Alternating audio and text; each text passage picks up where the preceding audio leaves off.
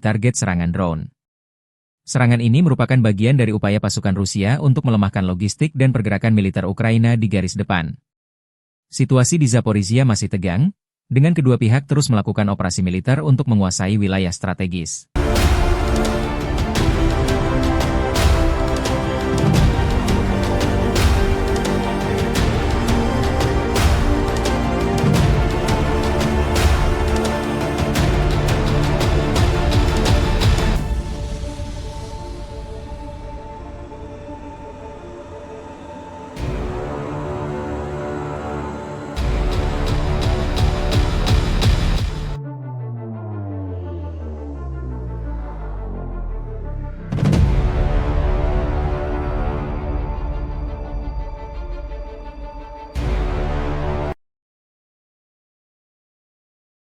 Angkatan Bersenjata Ukraina 17 Maret melansir, militer Rusia total kehilangan 895.450 tentara di Ukraina sejak dimulainya invasi. Download Tribun X sekarang, menghadirkan lokal menjadi Indonesia.